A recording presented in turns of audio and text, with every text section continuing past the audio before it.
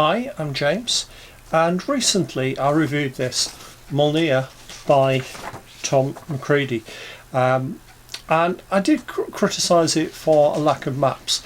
Now I think it's only fair because Tom has been in touch and he's taken on board a few of the comments that myself and others have made, and he's added maps and changed the sniper locations. So there is now a nice new map of the village.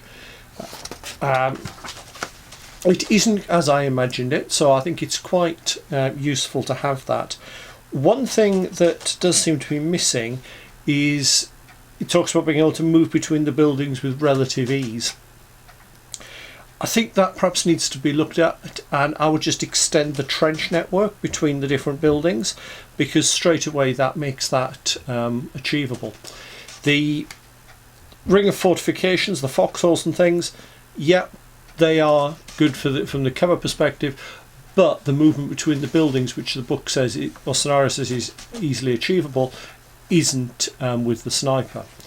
So that's the first change. He's also changed the map of the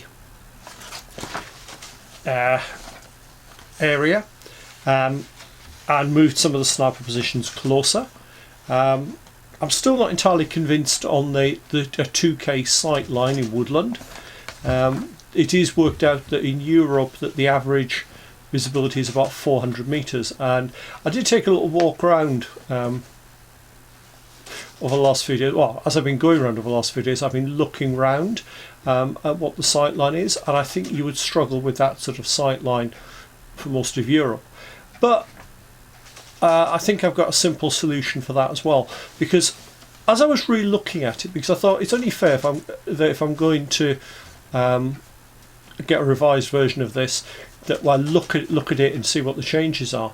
Something crossed my attention, which is the Molniya anti-material rifle has got a range of 20, which is not unreasonable. That's the same as the Barrett. So yeah, I can live with that. But here's the problem. Range of 20 gives it a maximum range of 1,600 metres, which in all fairness is probably not unreasonable. But it's going to upset the characters when they can only fire 1,600 metres and the sniper is firing at 2 kilometres. Yeah. So there is a very, very simple answer, and it sort of solves both those problems.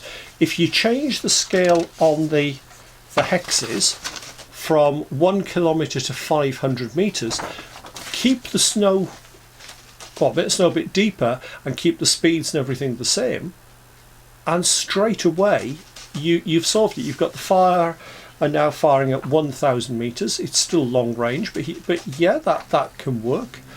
You've still got the slow movement.